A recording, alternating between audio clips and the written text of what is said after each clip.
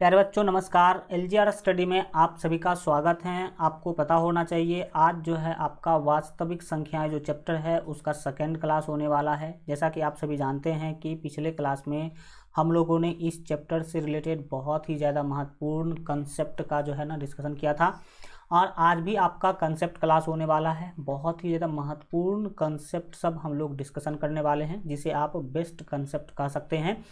और ये समझना ज़रूरी इसलिए है क्योंकि अगर आप पूरे चैप्टर को समझना चाहते हैं तो पहले आपको कंसेप्ट और उसके जो रिलेटेड फार्मूला है वो पढ़ना आपको बहुत ही क्या है ज़रूरी है। चलिए शुरू करेंगे। एक एक चीज़ों को ध्यान से सीखने समझने की कोशिश करिएगा। डे 1 का क्लास जितने भी बच्चे अगर अभी तक नहीं देखे हैं तो ज़रूर देख लीजिएगा, प्ले लिस्ट में आपको मिल जाएगा। ठीक है, शुरू करेंगे। और यह जो क्वेश्चन है हमने आपको करवा दिया था पिछले क्लास में। क्वेश्चन था कि निम्न में कौन कौन परिमेय हैं तथा कौन कौन अपरिमेय है, कौन कौन परिमेय जो है ना नहीं है, कौन कौन परिमेय हैं और कौन कौन नहीं है। तो इतना क्वेश्चन तो मैंने आपको बता दिया था कि कैसे बनाना है, कैसे बताना है कि कौन कौन परिमेय हैं और कौन कौन परिमेय नहीं है। केवल हाँ या नहीं में उत्तर आपको जो है ना देना था। और हमने कुछ क्वेश्चन आपको दिया था कि आप लोग जो है ना बना करके क्या कीजिएगा, हमें व्हाट्सएप पर भेजिएगा। तो बहुत सारे बच्चों ने भेजा भी था, कुछ बच्चों का उसमें प्रॉब्लम था, तो मैं आज उसको पूरा क्लियर कर देता हूँ ताकि आप लोगों को अगर कोई दिक्कत हो तो आप लोग समझ सके। जैसे कि ये 6 नंबर, ये परिमेय है कि परिमेय नहीं है। तो सबसे पहले हमने आपको बताया था कि परिमेय कोई भी संख्या होगी या नहीं होगी, इसके लिए 3 कंडीशन फॉलो करना उसको बहुत ही जरूरी है। पहला क्या था भाई साहब कि उसका P बट्टा Q के रूप में होना बहुत जरूरी है। दूसरा कि P और Q पूर्णांक होना चाहिए। और तीसरा कि Q कभी भी 0 के बराबर नहीं होना चाहिए। ये 3 कंडीशन अगर कोई भी संख्या पालन कर रही है मतलब वो परिमेय संख्या है। तो जरा हम बात करते हैं 6 नंबर के बारे में। तो 6 नंबर को ध्यान से देखिएगा। ऊपर अगर आप देखेंगे तो ऊपर आपको पता चलेगा कि 11√7 है। ठीक, 11√7। नीचे में है आपका रूट जो है ना 28। अब रूट का वैल्यू आप लोगों को ज्ञात करने आना चाहिए कि किसी भी रूट वाली संख्या का वैल्यू कितना होगा। रूट 28 जो है ना, देखिए इसको हम क्या लिख सकते हैं, इसे हम लिख सकते हैं 2 गुने 2 और गुने 7, 2 दूना 4 और 4 सत्ते 28। अब आपको पता होना चाहिए कि रूट के अंदर जिसका जोड़ा लग जाता है उसको हम रूट से बाहर कर लेते हैं। तो 11√7 ऊपर में तो जो है वो लिखेंगे ही लिखेंगे, लेकिन ये डबल 2 जो है उसमें से एक 2 क्या होगा, बाहर आ जाएगा और रूट के अंदर प्यारे बच्चों बच जाएगी केवल और केवल 7। तो अब यहाँ पर आप बोल सकते हैं कि इस रूट 7 से यह रूट 7 सर जी क्या होगा, कैंसिल हो जाएगा। तो आपके पास बचेगा क्या, तो आपके पास सिंपल सा बच गया 11/2। 11/2 ये परिमेय है। अगर बोलेगा यह परिमेय है कि नहीं तो बोलेंगे यह परिमेय है। क्यों है, क्योंकि 11/2 P बट्टा Q के रूप में है। दूसरा 11 भी पूर्णांक है, 2 भी पूर्णांक है और नीचे जो Q है प्यारे बच्चों जो 2 है वो 0 नहीं है। तो तीनों रूल पालन कर रहा है। इस तरह से पहले आप अगर सॉल्व कर सकते हैं तो सॉल्व करके बताइए। ठीक है, घबरा करके आंसर कर दीजिएगा तो फिर आपका कभी भी सही नहीं माना जाएगा। अब बात करेंगे हम लोग जो है ना 6 नंबर के बाद 7 नंबर को। तो इसे देखिए आप परिमेय बोलेंगे कि अपरिमेय, सीधा है 0, तो हम 0/1 लिख देंगे। तो 0/1 0/1 P बट्टा Q के रूप में आ गया। P और Q दोनों यहाँ पर पूर्णांक है क्योंकि 0 भी पूर्णांक है और जो 1 है वो भी पूर्णांक ही है। और Q यानी कि नीचे 0 नहीं है तो ये बिल्कुल जो है ना क्या कहलाएगा, यह कहलाएगा परिमेय है। ठीक, इसके बाद जरा इस पर ध्यान दीजिए। अगर 6 के बाद जो 7 है ना, 7 अगर परिमेय है तो आपके 8 भी परिमेय है। बोलो कैसे, क्योंकि ये 0/5 है तो 0/5 भी क्या होगा प्यारे बच्चों, परिमेय है, क्योंकि यह भी तीनों नियमों का क्या कर रहा है, पालन कर रहा है। लेकिन जरा इसके बारे में सोचिए कि 3/0 परिमेय होगा कि नहीं। तो सर देखिए P बट्टा Q के रूप में तो दिख रहा है 3/0। पहला नियम तो पालन किया। दूसरा नियम है कि P और Q दोनों पूर्णांक होना चाहिए, बिल्कुल 3 भी पूर्णांक है, 0 भी पूर्णांक है। तीसरा नियम था कि Q यानी कि जो आपका हर है यानी कि बट्टा के जो नीचे है वो कभी भी 0 नहीं होना चाहिए। लेकिन प्यारे बच्चों यहाँ पर आप देख सकते हैं कि ये क्या है, 0 है। सो यह परिमेय नहीं है। क्या लिखेंगे, नहीं है। तो बस आपने समझा कि ये परिमेय क्यों नहीं है। इसके बाद इसको अगर देख लिया जाए तो इसको आप बताइए कि क्या हो सकता है इसका। सर इसको P बट्टा Q के रूप में आप लिख सकते हैं। बोलिए कैसे लिख सकते हैं। तो दशमलव हटाना सभी को आता होगा। आप सीधा दशमलव हटा करके 3 2 8 7 लिख दीजिए। इसके बाद दशमलव के लिए 1 और दशमलव के बाद 3 अंक है तो 3 0 दे दीजिए। तो ये P बट्टा Q के रूप में आ गई। अब आप इसे परिमेय कह सकते हैं, यानी कि ये परिमेय है। तो हाँ लिख दीजिए या है लिख दीजिए, ठीक है ना। हाँ या है मतलब यह परिमेय है। इस तरह से आप बता सकते हैं। इसके लिए जरा इसके बारे में बताइए तो क्या है सर। ये -2.8 इसको भी आप बट्टा में लिख सकते हैं। बोलिए कैसे। तो देखिए यहाँ पर आप -28 सीधा बोल दीजिए इसको, और दशमलव के लिए 1 दशमलव के बाद आपका 8 यानी कि एक ही अंक है तो 1 0 दे दीजिए। इस तरह से आपका यह P बट्टा Q के रूप में आ गया। आप इसको जो है ना 14/5 भी लिख सकते हैं काट उठ के, लेकिन हम छोड़ देते हैं, ऐसे कोई दिक्कत नहीं है। तो यह भी परिमेय है। ये क्या है, परिमेय है। अगर बात करेंगे प्यारे बच्चों हम इसके लिए, यहाँ पर ध्यान दीजिए। तो ये परिमेय है कि नहीं है, जरा जल्दी से आप लोग कमेंट में भी क्या कर सकते हैं, लिख सकते हैं। लिखिए तो देखते हैं कितने बच्चे जो है ना इसका बता पा रहे हैं। देखिए सिंपल सी बात है। ये अगर देखेंगे तो 3 है, 3 बिल्कुल ठीक, 3 और दशमलव के बाद 3 3 3 रिपीट हो रही है। तो हम इसको ऐसे लिख सकते हैं, 3 का रेखीय कोष्ठ। रेखीय कोष्ठ है ना, रिपीट होने वाली संख्या पर लिखा जाता है। तो प्यारे बच्चों हमने आपको बताया था कि इसको P बट्टा Q के रूप में लिख सकते हैं, और हम आपको आगे ट्रिक भी बताएंगे कि कैसे इसको P बट्टा Q के रूप में लिखा जाता है। कुछ नहीं करना आपको दशमलव और रेखीय कोष्ठ हटा देना है, तो केवल 33 बच जाएगी। और नीचे में क्या करना, जितनी संख्या पर रेखीय कोष्ठ थी उतना 9 लगा देना, बस हो गया। अब आप इसको 3 से काट भी सकते हैं, ठीक है। तत्काल हम बोल देते हैं कि ये परिमेय है, ये परिमेय है, ठीक है। जरा इसके बारे में बात किया जाए तो यह तो सीधा सीधा देख सकते हैं अनवसानी आवर्ती है, तो इसको हम बट्टा के रूप में नहीं लिख सकते हैं प्यारे बच्चों। और नहीं लिख सकते हैं तो बोलेंगे यह परिमेय नहीं है। कुछ समझ में आ गया। तो ये परिमेय नहीं है। तो आपने देखा, अगर मैं इतना ज़्यादा एग्जाम्पल क्यों दे रहा हूँ आप बताइए। मैं आपको टॉपिक पढ़ा रहा हूँ कि कौन परिमेय है कौन परिमेय नहीं है। तो क्वेश्चन होते हैं 10 टाइप के। अगर मैं आपको 2 ही क्वेश्चन करवाऊँगा तो आपने 2 टाइप सीख पाया, और 8 टाइप तो आप नहीं सीख पाएंगे। मान लीजिए कि हम इधर वाला जो 5 था हमने आपको बता दिया, इसके बाद हम छोड़ देते, हमारा क्या जा रहा है, अगर हम यहाँ पर छोड़ देते आपको, तो फिर इधर में जितने भी टाइप देखने को आपको मिले, क्या आप वो सीख पाते, नहीं सीख पाते। तो ये जरूरी है, हम ज़्यादा क्वेश्चन करवा रहे हैं, इसका मतलब है कि आपका नॉलेज बढ़ेगा, ठीक है। तो इस तरह से आप को इतना ज़्यादा प्रैक्टिस करवा दिया जाएगा, इतना ज़्यादा मैं प्रैक्टिस करवा दूंगा कि आपको एकदम ये सब हवा लगने लगेगी, कुछ लगेगा ही नहीं। अब बात करेंगे प्यारे बच्चों कुछ बेसिक कंसेप्ट का, जो आपको आना चाहिए। जिनको आता है बिल्कुल आप लोग फास्ट क्या करिए, कमेंट लिखना शुरू कर दीजिए वीडियो के कमेंट में आप लोग। और जिनको नहीं आता पूरा ध्यान से देखिए। सिंपल बात है, आपको लगे कि रूट से संख्या को बाहर कैसे निकालिए, बेसिक चीज़ है। कैसे किसी संख्या को रूट से बाहर निकालेंगे, इसके लिए आपको सिंपल काम करना है। जिसका भी आपको वैल्यू निकालना है आप उसका जल्दी से क्या कर लीजिए, अभाज्य गुणनखंड प्राप्त कर लीजिए। 2 से देंगे तो प्यारे बच्चों 10 होगा, फिर 2 से दीजिएगा तो 5, अब तो लगेगी नहीं। तो आपने देखा कि हम 20 को लिख सकते हैं 2 गुने 2 और गुने 5, तो क्या होगा, जिसका जोड़ा लगे उसको बाहर कीजिए। इस डबल 2 का ये इसका जोड़ा लग रहा है तो ये बाहर हो जाएगा और अंदर में बच जाएगा 5, यानी कि रूट 20 का वैल्यू होगा 2√5। कोई दिक्कत। इसके बाद इसी तरह से आप जो है ना 24 का निकालेंगे। 24 का निकालने चाहिए तो सबसे पहले 24 का क्या कर लीजिए, अभाज्य गुणनखंड निकाल लीजिए। देखिए 2 से देंगे तो प्यारे बच्चों 12, फिर 2 से देंगे आप कितना होगा, 12 दूना 24, 6 दूना 12, फिर 2 से दीजिएगा तो 3। तो यहाँ पर आपने देखा कि हम इसको अगर लिखने का कोशिश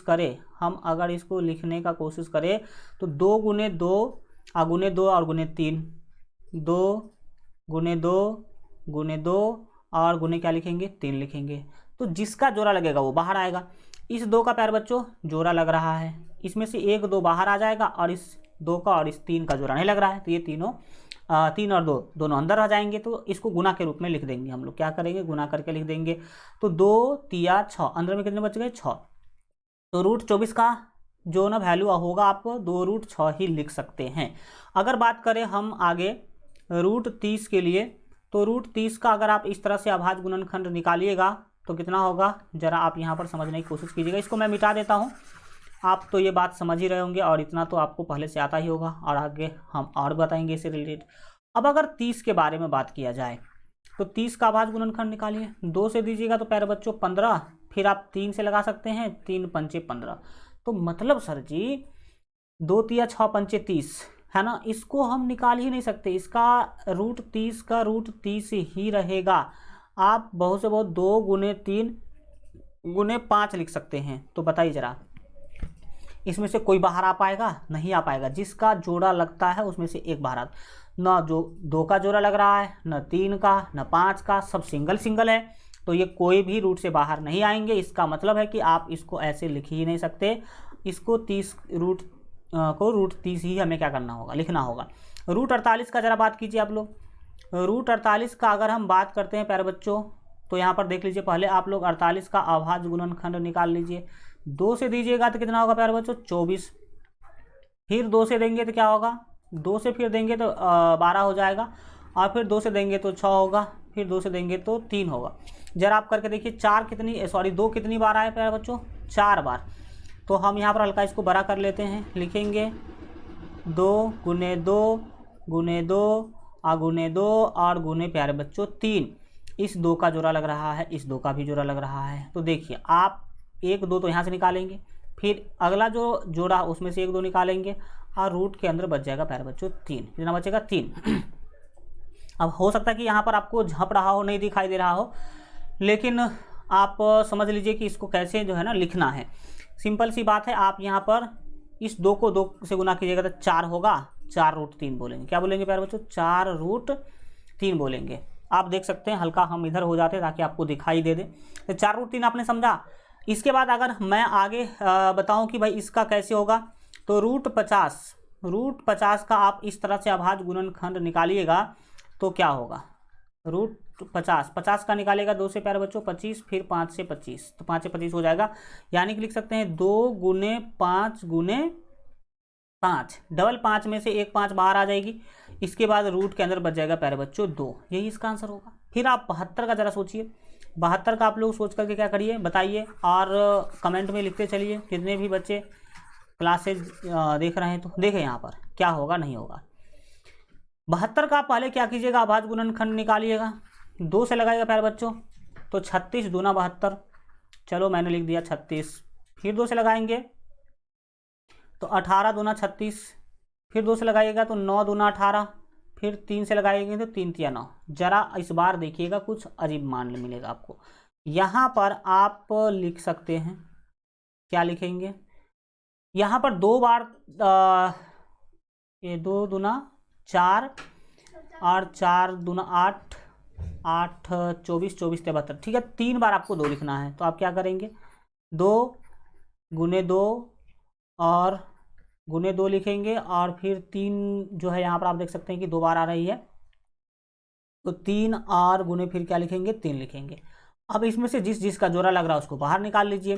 तो जोड़ा किसका लग रहा है, तो इस 2 का लग रहा है और इस 3 का लग रहा है। तो हम क्या करेंगे समझिए, आपको एक 2 निकाल लेना है और एक 3 निकाल लेना है। और इसके बाद अगर बात किया जाए तो ये जो 2 है ना रूट के अंदर ही रह जाएगा। ये 2 रूट के अंदर ही क्या होगा प्यारे बच्चों, रह जाएगी। तो इसका अगर मैं यहाँ आंसर लिख दूँ तो आप समझ सकते हैं, मैं यहाँ लिख देता हूँ 2 तिया 6 रूट 2, 6 रूट 2 आप आंसर बोल सकते हैं, कोई दिक्कत जो है नहीं है। इस तरह से हम आशा करते हैं आप सारे जो संख्या हैं उसके रूट का वैल्यू आप आराम से क्या कर लीजिएगा, निकाल लीजिएगा। हम इसमें आप देख सकते हैं कि कुछ और संख्या का आपको प्रैक्टिस करवा देता हूँ। जो बड़े बड़े संख्या हैं उसका मैं बता देता हूँ, कुछ मैं छोड़ दूंगा जिसको आप क्या करेंगे, घर से जो है ना बना के लाएंगे। तो अगर 96 का बात किया जाए, 96 का बात किया जाए तो आप लोग ज़रा देखिए कि 96 का कैसे जो है ना आप वैल्यू क्या कर पाएंगे, निकाल पाएंगे। देखिए अगर आप 96 में प्यारे बच्चों क्या करेंगे, 2 से लगाएंगे तो 2 चौका 8, 2 अट्ठे 16, 48 दूना, वैसे ही आप जानते हैं कि 96 हो जाएगा। फिर 2 से लगाए, 2 से लगाने का मतलब 2 से भाग देना। मैं 2 से लगा रहा हूँ, इसका मतलब 2 से क्या कर रहा हूँ, मैं भाग दे रहा हूँ। 2 से 48 को भाग दीजिएगा तो 24, फिर 2 से लगाएंगे तो 12, फिर 2 से दे दीजिएगा 6, और फिर 2 से देंगे तो प्यारे बच्चों 3, 2 2 4, 5 बार तो आपका 2 आया है, तो हम उस चीज़ों को उस तरह से क्या कर देंगे, लिख देंगे। लिखेंगे 2 गुने 2 गुने 2 गुने 2 गुने 2, कितनी बार हो गई, 2 2 4 1 5 बार, और गुने फिर क्या कर देंगे हम 3 लिख देंगे। जरा ध्यान दीजिए, इस 2 का लग रहा जो रहा 1 2 इसमें से बाहर, इस डबल 2 में से 1 2 प्यार बच्चों क्या होगा, बाहर होगा। और फिर यहाँ पर देखिए 2 3 6, इस रूट के अंदर क्या हो जाएंगे, 6 हो जाएंगे। अब आप जरा देखिए, इस सबको मैं मिटा देता हूँ और आप लोग यहाँ पर ध्यान दीजिए। 2 दूना क्या होगा प्यारे बच्चों, बाहर में गुना कर देना पड़ेगा और अंदर में ये 6, ये आपका फाइनल आंसर हो जाएगा रूट 96 का। तो इस तरह से आप सभी का बना सकते हैं। आप इस 120 196 200 इस सब का जो है ना घर से बना करके और ये करिए, व्हाट्सएप पर हमें भेज दीजिए। और कोई दिक्कत हो, कोई क्वेश्चन ना बने इसमें से भी, तो आप हमें व्हाट्सएप पर भेज दीजिए कि सर ये क्वेश्चन हमसे नहीं बना, तो हम उसको आपको अगले क्लास में या डाउट क्लास में आपको क्या कर देंगे, हम बता देंगे। ठीक है, तो ये सभी क्वेश्चन आप HW के तौर पर ले लीजिए, और इधर के जो भी क्वेश्चंस हैं वो भी आप HW के तौर पर क्या करिए, घर पे बनाइए। मैंने आप पहले से लिख के लाया ताकि आपका रिवीजन प्रैक्टिस हो जाए। अब बात करेंगे प्यारे बच्चों हम लोग आगे कुछ महत्वपूर्ण संख्याओं के बारे में। हम लोग जो है परिमेय संख्या तक पिछले क्लास में पढ़े थे और जान गए थे कि परिमेय संख्या क्या है, किस किस को परिमेय संख्या हम बोल सकते हैं। अब समझिए कि अपरिमेय संख्या भाई साहब कौन है। परिमेय संख्या तो समझ चुके हैं, अब समझेंगे अपरिमेय संख्या। तो सीधा याद रखिए कि वैसी संख्याएं है ना जिसको P बट्टा Q के रूप में नहीं लिखा जा सकता है। मैंने बताया था कि जिसको P बट्टा Q के रूप में लिख पाएंगे वो परिमेय है, और जिसको नहीं लिख पाएंगे वो अपरिमेय है। उसे हम क्या कहते हैं, अपरिमेय संख्या कहते हैं। तो जरा समझिए इसके एग्जाम्पल को। इसके जो एग्जाम्पल हैं, सबसे पहला तो आप यहाँ पर देख सकते हैं कि रूट 2 कौन है भाई साहब, तो बोलेंगे सर रूट 2 है। ठीक, तो रूट 2 ये अपरिमेय क्यों है, क्योंकि प्यारे बच्चों इसे हम P बट्टा Q के रूप में नहीं लिख सकते हैं। कहेंगे सर आप कैसी बात कर रहे हैं, यहाँ पर रूट 2 लिखा है, मैं इसके नीचे 1 लगा दूंगा, हो तो गया P बट्टा Q के रूप में, तो इसे तो हम परिमेय बोल सकते हैं। लेकिन ऐसी बात नहीं है भाई साहब, मैंने आपको बताया था कि हम जिसको केवल P बट्टा Q के रूप में लिख पाएंगे वही परिमेय नहीं होगा। परिमेय होने के लिए 3 गुण उसमें दिखाई देने चाहिए। पहला तो वो P बट्टा Q के रूप में होना चाहिए, दूसरा P और Q दोनों पूर्णांक होने चाहिए, और तीसरा Q कभी भी 0 नहीं होने चाहिए। तो देखो P बट्टा Q के रूप में तो आ गया, लेकिन यहाँ पर एक पूर्णांक है, लेकिन रूट 2 पूर्णांक है। बोलेंगे नहीं सर ये तो पूर्णांक नहीं है, इसका मतलब ये रूट 2/1 परिमेय नहीं होंगे। कुछ समझ में आया। और सर रूट 2 का वैल्यू नहीं निकलेगा पूरा, ये अगर देखा जाए तो रूट 2 का वैल्यू जो है ना पूर्णांक नहीं होगा, दशमलव में होगा समथिंग। तो दशमलव वाले को हम ऐसा, ये दशमलव देगा ना, अशांत दशमलव प्रसार होगा इसका, तो फिर इसको हम बट्टा के रूप में लिख भी नहीं सकते हैं। तो इस कारण से रूट 2 क्या हो गए, अपरिमेय हो गए। अगर आप इसको ऐसे कीजिएगा तो इसका भी वही हाल, ऊपर वाला ये पूर्णांक है ही नहीं तो ये परिमेय होगा ही नहीं। ये भी अगर ऐसे कर दीजिएगा तो ये भी पूर्णांक नहीं है, रूट 5 पूर्णांक है नहीं है, तो आपका ये भी अपरिमेय होगा। और इस वाले संख्या को हम अपरिमेय बोलेंगे। हम आपको बताए भी थे कि संख्या जो है ना वो 2-3 रूपों में आपको दिखाई देती है। एक तो पूर्णांक के रूप में, किसके रूप में, पूर्णांक के रूप में। दूसरा बट्टा के रूप में, किसके रूप में प्यारे बच्चों, बट्टा के रूप में। पूर्णांक जैसे कि कौन, 1 2 3 डॉट डॉट डॉट अनंत, -1 -2 -3, इसके बाद 0, ये सारे के सारे पूर्णांक हैं। बट्टा वाला संख्या जैसे 2/5 6/8, ये बट्टा वाला संख्या है, रूट वाली संख्या है। और एक आप क्या होते दशमलव वाली संख्या, कौन सी संख्या, दशमलव वाली संख्या। तो पूर्णांक सभी के सभी क्या होंगे प्यारे बच्चों, याद रख लीजिए, सभी पूर्णांक परिमेय होते हैं। सभी पूर्णांक क्या होते हैं, परिमेय, क्योंकि सभी पूर्णांक के नीचे आप 1 लगा सकते हैं, और 1 लगा दीजिएगा तो वो बट्टा में बन जाएगी और वो परिमेय होंगे। बट्टा वाले संख्या का अगर बात किया जाए तो सभी बट्टा वाली संख्या परिमेय नहीं होगी। जैसे कि बोलिए 3/5 ये परिमेय है, क्योंकि पहला तो P बट्टा Q के रूप में है, दूसरा 3 भी पूर्णांक 5 भी पूर्णांक, तीसरा है कि नीचे में Q नहीं है 0, तो ये परिमेय हो गए। लेकिन याद रखिएगा प्यारे बच्चों, ये भी बट्टा वाली संख्या है, ये भी भिन्न संख्या है, यानी कि बट्टा वाली संख्या है, लेकिन इसे हम परिमेय नहीं बोलेंगे। क्यों? क्योंकि परिमेय होने के लिए पी और क्यू का पूर्णांक होना बहुत ज़रूरी है, जो कि ये पूर्णांक है ही नहीं। ये पूर्णांक है लेकिन ये पूर्णांक नहीं है, तो ये परिमेय नहीं होगी। तो बट्टा में कुछ पूर्णांक बट्टा में जो संख्याएं होंगी वो कुछ परिमेय होगी और कुछ अपरिमेय होगी। तो अपरिमेय कौन होगी, इसको समझ में आ गया, जिसका पी और क्यू में से कोई भी एक पूर्णांक ना हो। रूट वाली संख्या का भी हमने आपको बताया था कि कुछ रूट वाली संख्या परिमेय होगी, कुछ रूट वाली संख्या अपरिमेय होगी। तो भाई साहब, रूट वाली संख्या में कौन परिमेय होगी? तो याद रखिएगा, पूर्ण वर्ग संख्या। जिस रूट का वैल्यू जो है ना पूर्ण संख्या, जैसे कि √4, तो √4 का वैल्यू कितना होगा? दो क्या है? पूर्ण संख्या है, तो यह परिमेय होगी। लेकिन अगर कोई ऐसी संख्या जिसका वर्गमूल एक पूर्ण संख्या ना हो, उसे हम परिमेय नहीं बोलेंगे, अपरिमेय बोलेंगे। और दशमलव वाली में जिसका शांत दशमलव होगा ना, वो परिमेय। और इस तरह से अशांत दशमलव जब होगी तो वो होगी अपरिमेय। जैसे कि कहीं पर लिखा है 3.5, तो इसको बट्टा के रूप में लिख सकते हैं, हम लिख सकते हैं 35/10, तो ये परिमेय है। लेकिन ये अशांत दशमलव वाली जो चीज़ें हैं, इसको हम बट्टा के रूप में नहीं लिख सकते हैं, इसीलिए हम इसको परिमेय नहीं बोलेंगे। तो यहाँ पर आपने देखा ये चीज़ें। इसके बाद पाई याद रखिएगा कि अपरिमेय है। आगे हम इस पर डिटेल में डिस्कशन करने वाले हैं। ये ऑलरेडी अपरिमेय है, क्योंकि ये तो पूर्णांक है लेकिन √7 पूर्णांक नहीं है। ये भी अपरिमेय है और ये भी अपरिमेय है, ये भी अपरिमेय है। क्या मतलब है, इसको जरा समझिए इस एग्जाम्पल को। यहाँ पर ध्यान से देखिएगा तो आपको पता चलेगा कि सर इसमें जो है ना, ये तो परिमेय संख्या है लेकिन ये परिमेय नहीं है, तो ये पूरा कैसे अपरिमेय हो गया? तो याद रखिएगा, हम परिमेय मतलब मानते हैं अच्छा और अपरिमेय मतलब मानते हैं खराब। तो अगर एक परिमेय संख्या है, एक अपरिमेय संख्या है, दोनों जोड़ के साथ मिल रहा है, तो ये क्या बनेगी? तो अपरिमेय बनेगी। क्योंकि एक सारी जो आपके चीज़ होती है वो अच्छे चीज़ों को भी जो है ना सरा देती है। तो अगर 5 परिमेय हो और उसमें एक अपरिमेय हो, जोड़ के रूप में, गुणा के रूप में, भाग के रूप में, किसी भी रूप में, तो वो सभी पूरे के पूरे सिस्टम को अपरिमेय बना देगी, इसीलिए अपरिमेय है। यहाँ भी वही चीज़ है, ये भी अपरिमेय, ये भी अपरिमेय। अब हम जरा आगे बढ़ते हैं और डिस्कशन करते हैं अगले चीज़ों के बारे में जो कि संबंधित है अपरिमेय संख्या से रिलेटेड है। ये नोट नंबर 1, नोट में जो भी भाई साहब बात बताऊं उसको याद रखिएगा, बहुत ही अच्छा तरीका से रिवीजन भी मारिएगा, बहुत ज़्यादा जरूरी है। पहला नोट है कि 22/7 परिमेय संख्या है, जबकि पाई एक अपरिमेय संख्या है। ये कैसे हो सकता है?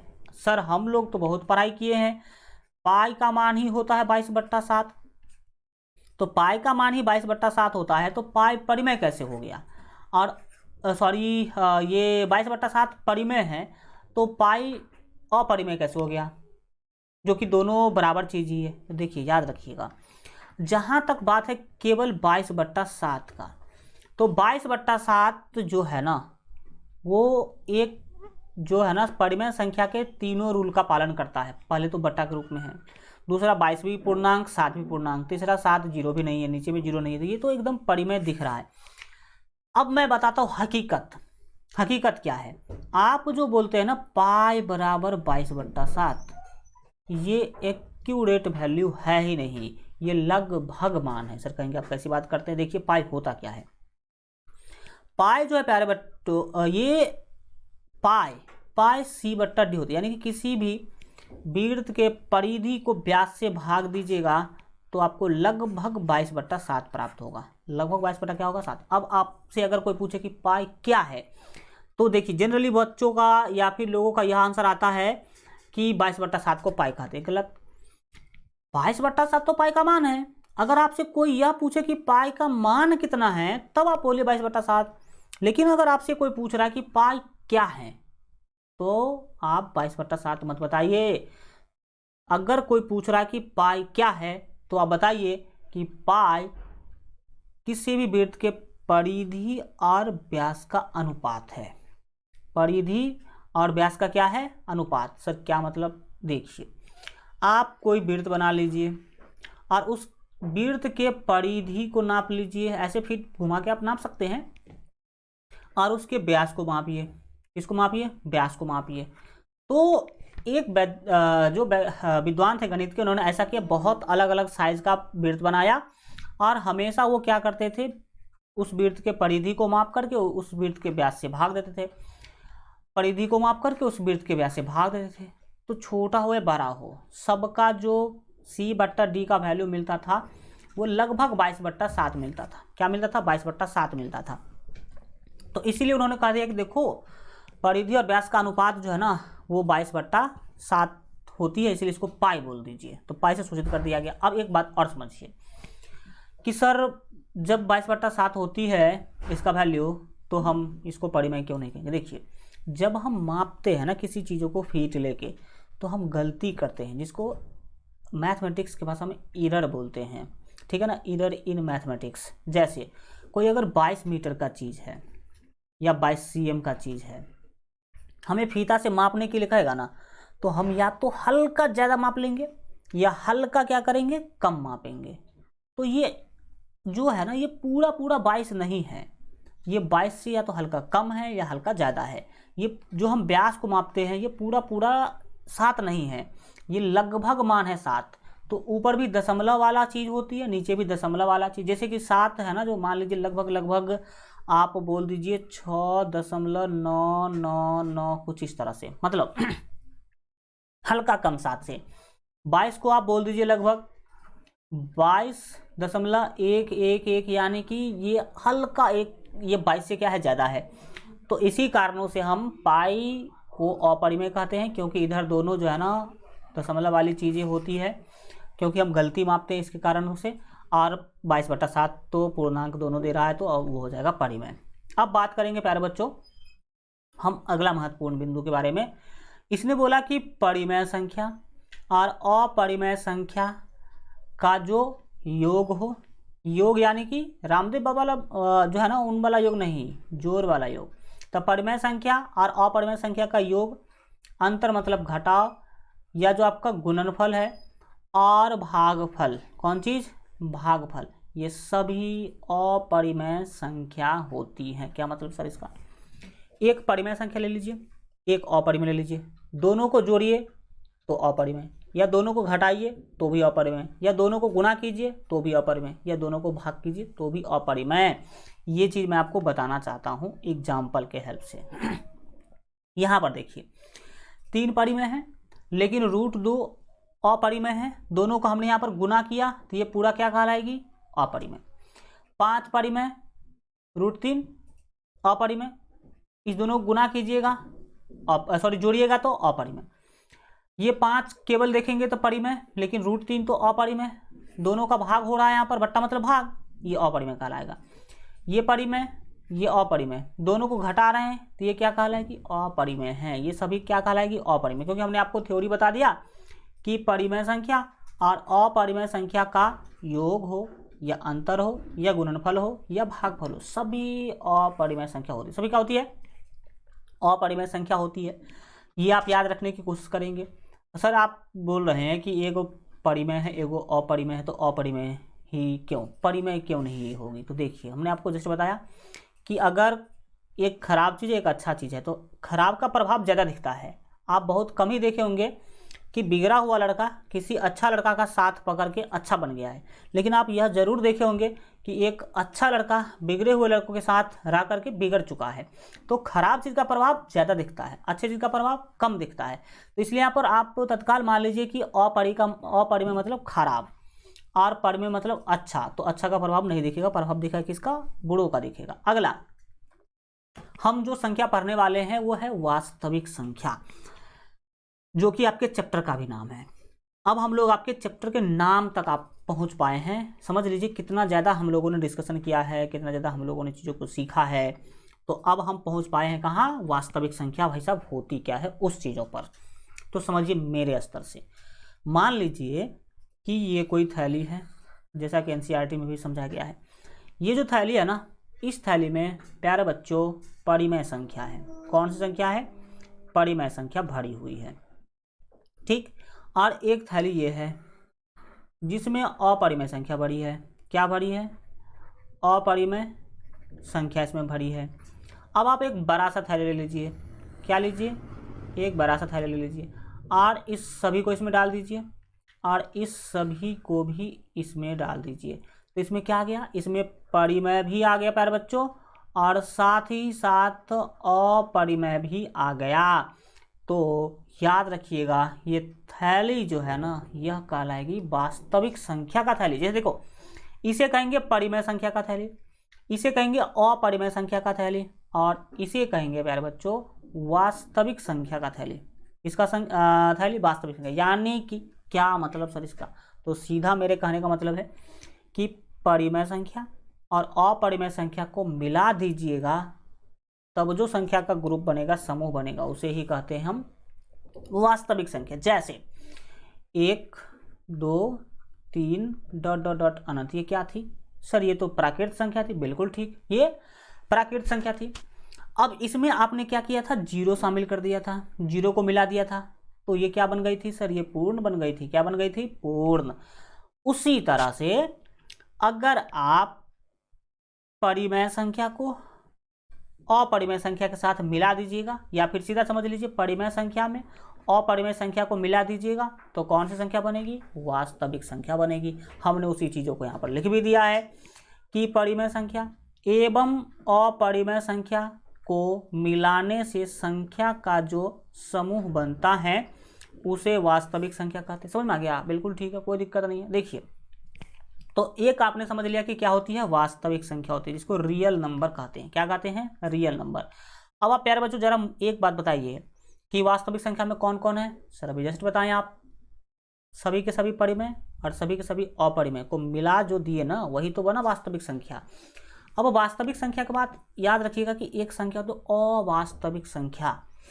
एक तो आपने पढ़ लिया वास्तविक संख्या जिसमें सभी के सभी परिमेय संख्या और सभी के सभी अपरिमेय संख्या है, और दूसरा याद रखिए कि एक अवास्तविक संख्या भी होती है जिसको हम लोग जो है ना इरेशनल नंबर कहते हैं, जिसका पढ़ाई आपको 11th में करना है। कहाँ पर करना है बच्चों? 11th में। अवास्तविक संख्या को कहाँ पढ़ना है सर जी? आपको 11वां क्लास में, यानी कि 11th में क्या करना है? अवास्तविक संख्या को पढ़ना है। इसके बारे में हम ज़्यादा डिस्कशन यहाँ पर जो है ना नहीं करेंगे। सीधा इतना समझ लीजिए कि रूट के अंदर अगर माइनस वाली संख्या आ जाए तो वो कहलाती है अवास्तविक। जैसे कि ये क्या कहलाएगी? अवास्तविक कहलाएगी। ये क्या कहलाएगी प्यारे बच्चों? अवास्तविक संख्या कहलाएगी। तो छोड़िए, इससे ज़्यादा हमें यहाँ पर डिस्कशन भी नहीं करना है। हम इसके बारे में कुछ महत्वपूर्ण बात जानना शुरू करते हैं। किसके बारे में? वास्तविक संख्या के बारे में। सबसे पहला बात, वास्तविक संख्या को हम आर से सूचित जो है ना करते हैं। याद रखिएगा, वास्तविक संख्या को आर से सूचित किया जाता है क्योंकि रियल नंबर है। कौन सा नंबर है? रियल नंबर, वही वाला आर आया है। दूसरा याद रखिएगा कि सभी परिमेय संख्या एवं सभी अपरिमेय संख्या वास्तविक संख्या होती हैं। बिल्कुल ठीक। जितने भी परिमेय संख्या थे और जितने भी अपरिमेय संख्या थे, सबको मिला करके ही तो वास्तविक बना था। तो हम आराम से कह सकते हैं कि सभी परिमेय संख्या और सभी अपरिमेय संख्या वास्तविक संख्या होती है। बिल्कुल ठीक। लेकिन प्यारे बच्चों, अगर आपसे कोई पूछ ले कि क्या सभी वास्तविक संख्या परिमेय होती है, बोलेंगे नहीं। क्यों नहीं? सभी वास्तविक संख्या परिमेय नहीं होगी, क्योंकि आपको पता होना चाहिए कि वास्तविक में तो अपरिमेय भी है। समझ में आ गया? तो इस तरह से आप चीज़ों को समझ सकते हैं। यहाँ पर इसके कहने का क्या मतलब है, इसको समझिए। आपको हमने यह एक सीरीज भी दिखाया था, n is the subset of w, w is the subset of i यानी कि integer, integer is the subset of q यानी कि परिमेय संख्या, और ये जो परिमेय संख्या है वो सबसेट किसके होंगे? रियल नंबर का। इसका अर्थ समझिए। सबसेट मतलब होता है उपसमुच्चय। सभी प्राकृत संख्या पूर्ण संख्याएं होती हैं, सभी पूर्ण संख्या पूर्णांक होती है, और सभी पूर्णांक परिमेय संख्या होती है, और सभी परिमेय संख्या रियल नंबर यानी कि वास्तविक संख्या होती है। सभी परिमेय संख्या क्या होती है? वास्तविक संख्या होती है। इसको याद रखिएगा, ये लास्ट है। अब इसके आगे ऐसी चीज़ें अब हम आपको नहीं बताएंगे, ये याद रखिएगा इस सिस्टम को, क्योंकि एग्जाम में यह कई बार पूछा भी गया है। तो अब हम बढ़ते हैं प्यारे बच्चों आगे के चीज़ों को समझिएगा। एक क्वेश्चन आपके सामने आ गया, ज़रा इसको समझाने की आप कोशिश कीजिएगा। नीचे मैं कुछ ज़्यादा क्वेश्चन देने वाला हूँ और उस सभी को आपको समझाना होगा। इस क्वेश्चन को देखने से पहले आप एक चीज़ समझिए जो मैंने आपको बताया था। जो आपका प्राकृत संख्या थी प्यारे बच्चों, कौन सी संख्या? तो प्राकृत संख्या क्या थी सर? आप बोले थे प्राकृत संख्या 1 2 3 ... अनंत, ये अनंत तक गई थी, बिल्कुल ठीक, ये है प्राकृत संख्या। दूसरा हमने प्यारे बच्चों आपको पढ़ाया था पूर्ण संख्या। पूर्ण संख्या में क्या था कि इसी चीज में 1 2 3 4 ... इसी में हमने सर 0 लगा दिया शुरू में, तो ये हो गई पूर्ण संख्या, यानी कि प्राकृत संख्या में 0 लगा देने से पूर्ण संख्या बन गई। इसके बाद बना था प्यारे बच्चों पूर्णांक। क्या बना था? तो पूर्णांक। तो पूर्णांक के बारे में हमने प्यारे बच्चों आपको बताया था कि जो आपका पूर्ण संख्या है 1 2 3 ... अनंत, ये पूर्ण संख्या है। इसको अगर आप क्या करते हैं, इसमें अगर ऋणात्मक संख्या को शामिल कर देते हैं, जैसे कि -1 -2 -3 ... ये अनंत तक जाएगी इधर भी, तो इसे कहते हैं हम लोग पूर्णांक। और सभी के सभी पूर्णांक क्या थे? परिमेय थे, और सभी परिमेय संख्या क्या बन गई? वास्तविक बन गई। तो अब आपको इस चीज़ों को ध्यान में रखते हुए क्वेश्चन का क्या करना है, जवाब देना है। चलिए जवाब देना शुरू कीजिए। 1 मिनट, बिल्कुल ठीक है। दिख रहा होगा ये भी पेन आपको शायद। जरा बताइए आप, पहला क्वेश्चन आपके सामने तैयार है। इस क्वेश्चन ने पूछा कि निम्न में कौन कौन सही है तथा कौन कौन गलत है। कौन कौन सही तथा कौन कौन गलत है ये बताना है। पहला लाइन क्या बोल रहा है कि सभी प्राकृत संख्या पूर्ण संख्या होती है। बोलिए सही की गलत? तो सर पहले देख लेते हैं। सभी प्राकृत संख्या ये है, और ये सभी प्राकृत संख्या पूर्ण संख्या में भी दिखाई दे रही है। इसका मतलब सभी प्राकृत संख्या पूर्ण संख्या होती हैं, ये है सही। ये क्या प्यारे बच्चों? सही है। ठीक, मैं केवल सही का टिक लगा दिया हूं। अब बात करेंगे प्यारे बच्चों हम लोग दूसरे। आप लोग भी अपना दिमाग लगाइए और बताइए कमेंट के अंदर लिख करके कि आप लोग जो है ना इसको समझ पा रहे हैं कि नहीं समझ पा रहे हैं। अब बात करेंगे प्यारे बच्चों हम लोग आगे, जो आप देखेंगे दूसरा नंबर क्वेश्चन के रूप में। अब जरा इसके बारे में बताइए कि यह सही है कि गलत है। क्वेश्चन क्या है कि सभी पूर्ण संख्या प्राकृत संख्या होती है। देखो भाई साहब, ये रहा सभी पूर्ण संख्या जो कि प्राकृत में नहीं दिखाई दे। देखो 1 से लेकर अनंत तक ये प्राकृत में तो दिखाई दे रही है, लेकिन 0 तो नहीं ना दिखाई दे रही है। 0 तो नहीं ना दिखाई दे रही है। इसने बोला है कि सभी पूर्ण प्राकृत संख्या होती हैं। बोलेंगे नहीं। क्यों? क्योंकि प्यारे बच्चों 0 नहीं दिखाई दे रही है। अगर ऐसे पूछता कुछ पूर्ण संख्या प्राकृत संख्या होती है तो बोल देते हाँ, लेकिन सभी नहीं। 0 नहीं हुई, इसीलिए यह गलत हो गया। अगला बात करेंगे प्यारे बच्चों हम लोग अगले क्वेश्चन के लिए। जरा आप लोग अगला क्वेश्चन क्या करेंगे, ध्यान से देखिएगा। क्वेश्चन है कि सभी पूर्ण संख्या पूर्णांक है। दिखा दो जल्दी से सर, क्या बोल रहे हैं आप? देखिए, इसने बोला कि सभी पूर्ण संख्या पूर्णांक हैं। यह हमें लगता है बिल्कुल सही है। कैसे? देखिए, पहले आप सभी पूर्ण संख्या देखिए। सर पूर्ण संख्या 0 से लेकर इधर तक है, अनंत तक है। क्या ये सभी पूर्णांक में दिखाई दे रही है? बिल्कुल सर दिखाई दे रही है। यहाँ पर देखिए, यानी कि सभी पूर्ण संख्या पूर्णांक हैं। ये बिल्कुल सही है। ये बिल्कुल क्या है? सही है। अब इसका रिवर्स अगला समझिए क्या है। इसका जस्ट हमने अगला क्वेश्चन आपको दे दिया कि सभी पूर्णांक प्राकृत संख्या होती हैं। ये बिल्कुल गलत है। सभी पूर्णांक प्राकृत संख्या हो ही नहीं सकती। बोलो कैसे? मैं बना बना के दिखा रहा हूं ताकि आपको चीजें समझ में आ जाए। कैसे? देखिए, सभी पूर्णांक, भाई साहब सभी पूर्णांक तो इतना है। क्या ये सभी के सभी प्राकृत संख्या में दिखाई दे रही है? बोलेंगे नहीं सर, केवल 1 से लेकर अनंत तक दिखाई दे रही, इतना ही। बाकी इधर 0 और माइनस वाला संख्या तो है नहीं। तो सभी पूर्णांक प्राकृत संख्या जो है ना नहीं होती हैं। यह बात हम आशा करते हैं कि आपको समझ में ये क्वेश्चन पूछता है प्यारे बच्चों, तो आपको यहाँ पर दिमाग का भी वर्धन हो रहा है और आप सीख भी रहे चीज़ें। अगला क्वेश्चन आपके सामने है, जरा बताइए कि क्या इसका सही जवाब जो है ना होना चाहिए। इसने बोला कि सभी प्राकृत एवं सभी पूर्ण संख्या पूर्णांक होती हैं। बिल्कुल ये सही है। बोलिए कैसे सही है। तो सभी प्राकृत और सभी पूर्ण संख्या पूर्णांक होती है, बिल्कुल होती है। देखिए ये आपका प्राकृत संख्या, क्या ये सभी पूर्णांक में दिखाई दे रही है? बिल्कुल सर दिखाई दे रही है। तो सभी प्राकृत पूर्ण हो गई। इसने बोला फिर कि सभी पूर्ण संख्या भी, तो सभी पूर्ण संख्या देखिए 0 से लेकर अनंत तक जा रही है। तो यहाँ पर देखिए 0 से लेकर अनंत तक इसमें आपको दिखाई दे रहा है, यानी कि सभी पूर्ण संख्या भी पूर्णांक हैं। इस कारण से यह आपका बिल्कुल क्या हो जाएगा, सही हो जाएगा। ओके, इसके बाद अगला आप लोग क्वेश्चन का जवाब दीजिए। मैं चाहूँ तो 2 क्वेश्चन करवा के छोड़ के भाग जाऊंगा, लेकिन ऐसा नहीं करूंगा। मैं पूरा डिटेल बताऊंगा, एक एक टाइप, सब टाइप का बताऊंगा। अगला बता दो जल्दी से आप लोग। इसने पूछा कि सभी परिमेय संख्या वास्तविक संख्या होती है। बिल्कुल सही है। जो वास्तविक संख्या इसमें परिमेय होते हैं और अपरिमेय होते हैं। तो इसमें बोला कि सभी परिमेय संख्या वास्तविक संख्या होती है। ये बिल्कुल सही है, क्योंकि वास्तविक में तो परिमेय और अपरिमेय का मेल ही होता है।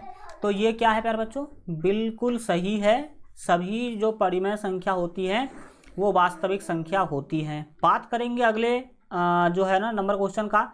इसने बोला कि सभी वास्तविक संख्या अपरिमेय संख्या होती हैं। बोलिए यस या नो। बोलेंगे सर नो। बोलो क्यों? क्योंकि सर जी आपको पता है कि जो वास्तविक संख्या है ना, वास्तविक संख्या इसमें परिमेय भी होते हैं और अपरिमेय भी होते हैं। तो हम कैसे बोल सकते हैं कि सभी वास्तविक संख्या अपरिमेय है? नहीं, सभी वास्तविक संख्या अपरिमेय नहीं है, अपरिमेय भी है और परिमेय भी है। इसीलिए यह वाला चीज आपका यहाँ पर क्या हो जाएगा, गलत हो जाएगा साबित। इसके बाद हम बढ़ेंगे आगे और अगले कंसेप्ट पर आप लोग जरा फोकस कीजिए। कंसेप्ट है सम संख्या। बिल्कुल नॉर्मल चीज है, आप लोग कई बार देखे होंगे, तो फिर टेंशन काहे ले रहे हो समझने का। समझो, इधर रटने की जरूरत ही नहीं है, सीधा याद रखिए। दुनिया की वो सभी संख्या जिसमें 2 से पूरा पूरा भाग लग जाए, यानी कि उसको 2 से भाग देंगे तो शेष 0 बचे। शेष क्या बचे? 0 बचे। उसको कहेंगे हम लोग सम संख्या। देख लीजिए 10 में 2 से भाग दीजिएगा, 2 पंचे 10, शेष बचे 0। तो दुनिया की वो सभी संख्या जिसमें 2 से भाग देने पर शेष 0 हो, शेष कुछ बचे ही ना, उसे कहेंगे सम संख्या। लिखो, हमने लिख भी दिया कि वैसी संख्या जो 2 से पूर्णतः विभाज्य हो, यानी कि जिसमें 2 से पूरा पूरा भाग लग जाए, उसे सम संख्या कहते हैं। ये जनरली 2 से शुरू होगी, 2 4 6 8 10 डॉट डॉट डॉट कहाँ तक जाएगी? अनंत तक जाएगी। ठीक है सर, हम परिमेय संख्या सम संख्या कौन है, विषम संख्या कौन, आराम से पहचान लेंगे। अब तो देखिए बिल्कुल पहचान सकते हैं। यहाँ पर मैंने अगर 12 दिया तो आप बता सकते हैं कि ये सम है कि विषम। सर 12 में 2 से भाग लग जाता है, 2 से भाग देंगे, 2 छक्के 12, बिल्कुल सम है। तो जिसमें 2 से पूरा पूरा भाग लग जाए वो क्या है? सम है। लेकिन जरा आप बताइए, अब इतना बड़ा संख्या मैंने दे दिया और मैंने आपसे पूछा कि बच्चों बताइए कि ये सम है कि विषम। लो भाई, तो सर ये सम है कि विषम है, इसके लिए तो भाग देना पड़ेगा। 2 से भाग देंगे, अगर शेष 0 बचा तो सम, और अगर शेष 0 नहीं बचा, एक आ गया फिर कुछ आ गया, तो विषम। लेकिन इतना भाग दे दिएगा तब तो दिक्कत हो जाएगा। इतना लंबा भाग देने का आपके ज़िंदगी में टाइम है ही नहीं। तो हम कुछ ऐसा आपको बता देते हैं जिस ट्रिक के हेल्प से आप बिना भाग दिए हुए ही किसी भी संख्या को बता दीजिएगा कि ये सम है कि विषम है।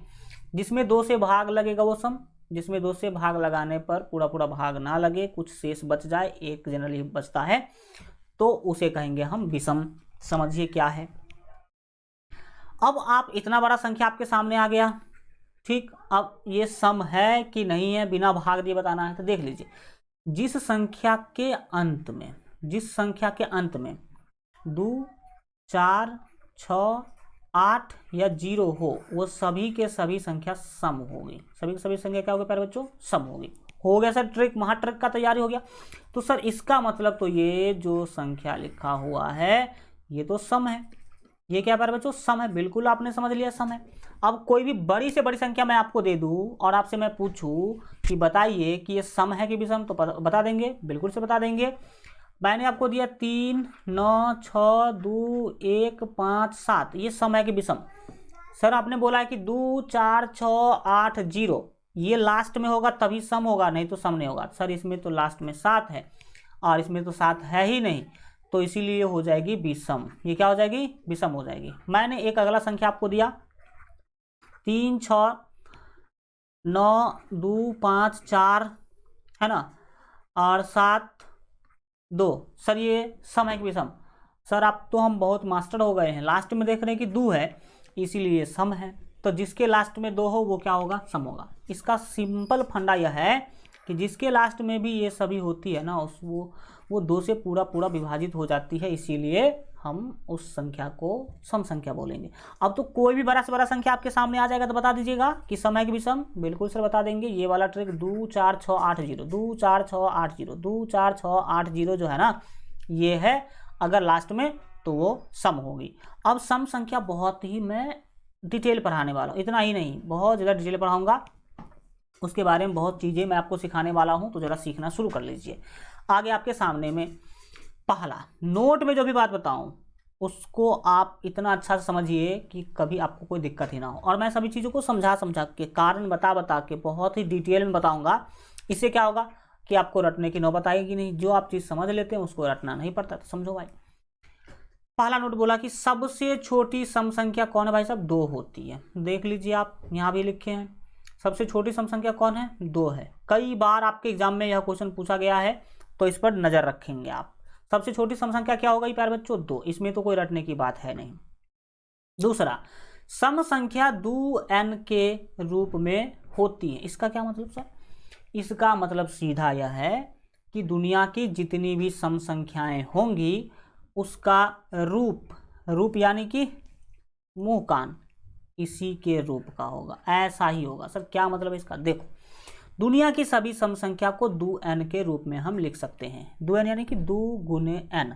जहां पर याद रखिएगा कि ये n जो है ना प्यारे बच्चों, ये n जो है वो प्राकृत संख्या है। n क्या है?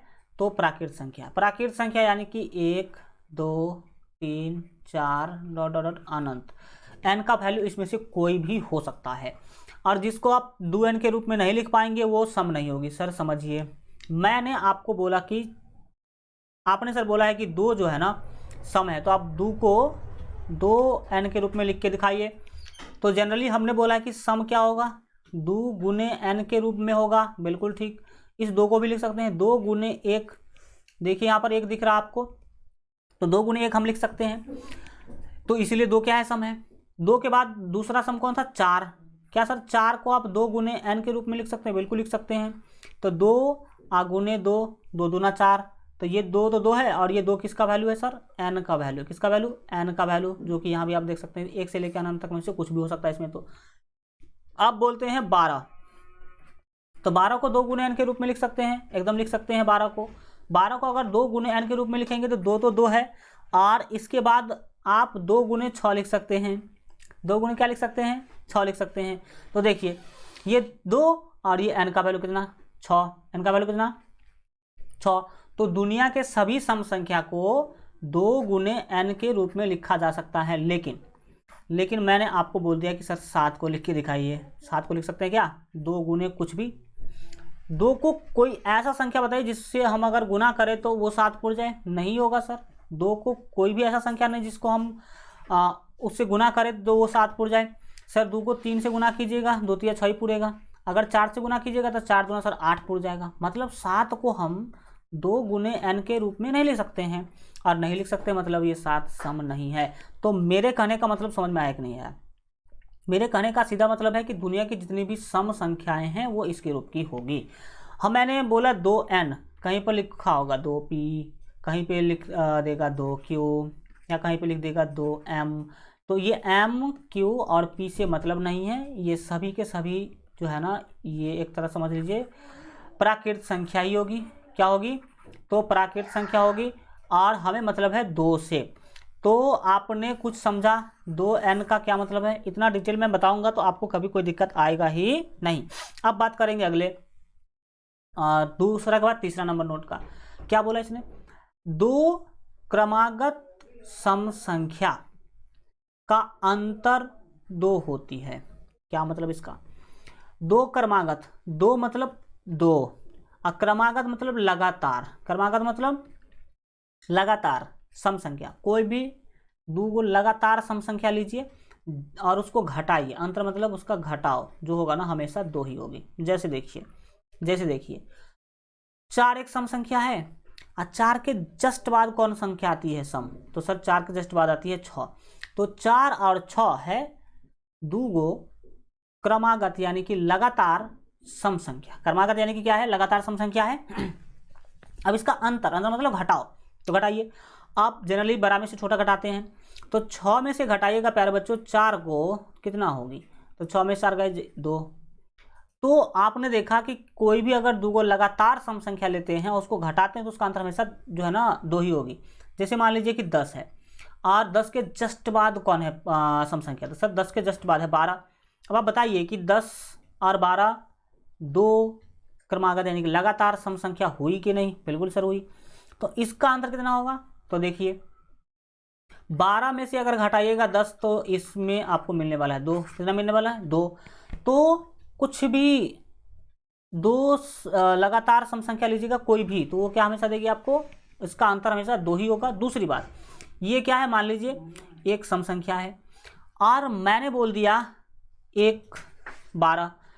अब इसको घटाएंगे तो 2 पूरेगा? नहीं पूरेगा, क्योंकि 8 और 12 सम संख्या तो है, 2 भी है, लेकिन क्रमागत नहीं है, लगातार नहीं है। 8 के जस्ट बाद तो सम संख्या 10 होती है ना, तो इसको घटाइएगा तो कभी भी आपको 2 नहीं मिलेगा। तो लगातार समझ में आ गया कि क्रमागत का क्या मतलब होता है।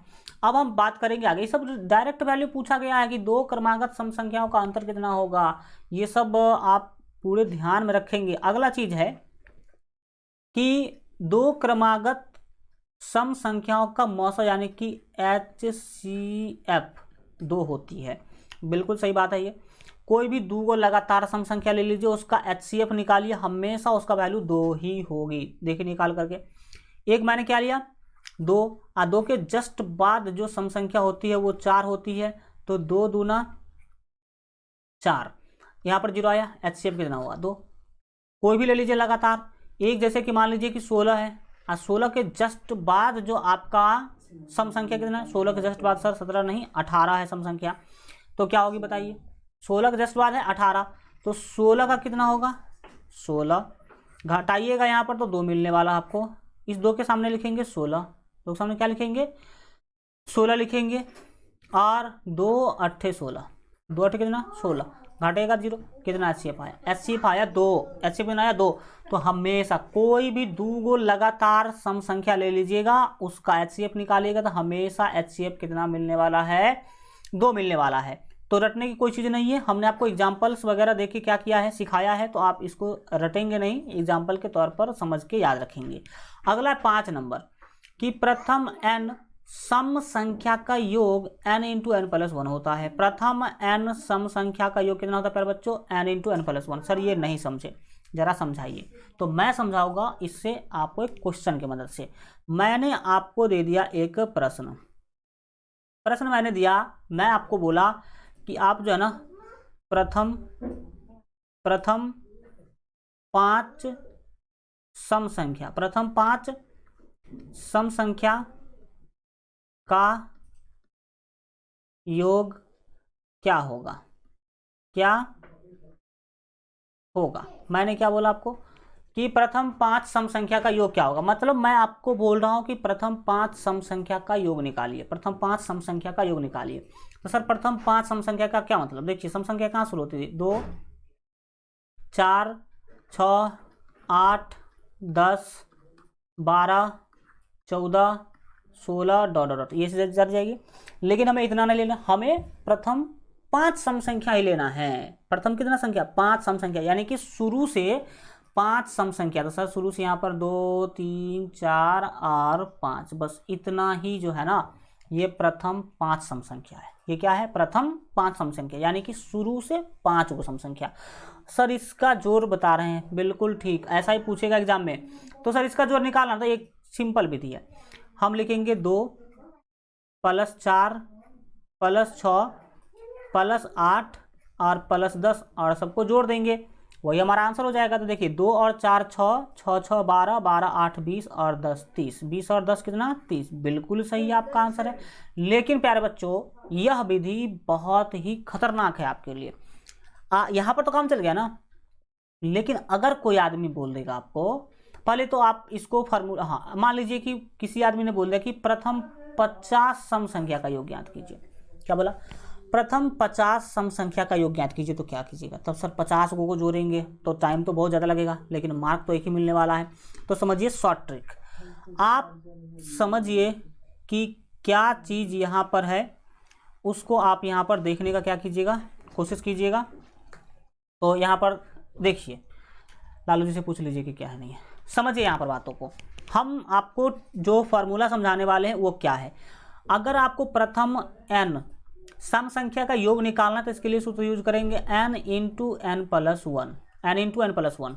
तो यहाँ पर अगर हम सेकेंड मेथड की बात करें, दूसरे विधि से आपको बता देने की कोशिश मैं करूँ, तो आप सबसे पहले देखिए कि क्वेश्चन में n का वैल्यू कितना है।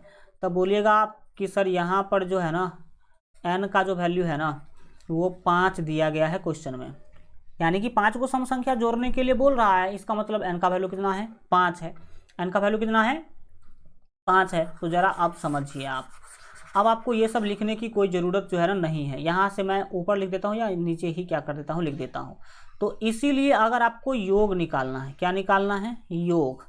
तो योग निकालने के लिए आपको क्या करना होगा, समझिए। आपको योग निकालने के लिए करना होगा n × n + 1, n × n + 1। आप इस फार्मूला पे बैठा दीजिए, आपको वैल्यू मिल जाएगा। n का वैल्यू 5, 5 × 5 + 1, तो क्या होगा? 5, अब 5 + 1 कितना होगा प्यारे बच्चों? 6 होगा। तो 6 पंचे आपका 30 हो जाएगा। तो देखिए यहाँ भी आंसर आपको 30 आ रहा है और यहाँ भी आंसर 30 है। तो इस फार्मूला के यूज से आप लोग आराम से क्या कर सकते हैं, शॉर्टकट में इस तरह का क्वेश्चन जो है ना बना सकते हैं।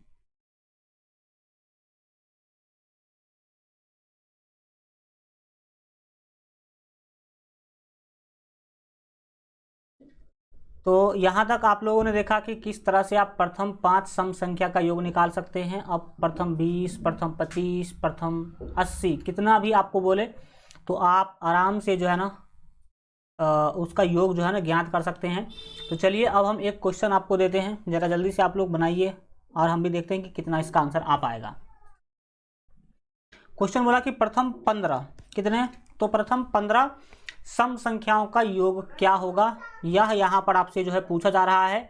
तो जब प्यारे बच्चों यहाँ पर इस तरह के क्वेश्चन को हल करने जाइएगा तो आप 15 को लिख के तो जोड़िएगा नहीं, तो आप ट्रिक अपनाएंगे। सबसे पहले लिखिएगा कि यहाँ पर n का वैल्यू कितना है। तो यहाँ पर प्यारे बच्चों जो n है ना, वो n का वैल्यू आपको दिखाई दे रहा है 15, यही n होता है। क्वेश्चन में प्रथम 10 बोले तो n का वैल्यू 10, प्रथम 15 बोले तो n का वैल्यू 15। इसीलिए आप निकालेंगे योग। क्या निकालेंगे? योग निकालेंगे। चूंकि सम संख्या है इसीलिए इसका योग निकालने का फार्मूला हमने बता रखा आपको, n × n + 1। अब आप इसमें वैल्यू डालिए, आंसर पाइए। n का वैल्यू आपका हो गया 15, 15 इंटू फिर यहाँ पर n का वैल्यू कितना? 15 और +1। अब इसको सॉल्व कीजिए। 15 को 15 रखिए, कोष्ट हटाइएगा तो गुना, 15 में 1 जोड़िएगा तो 16।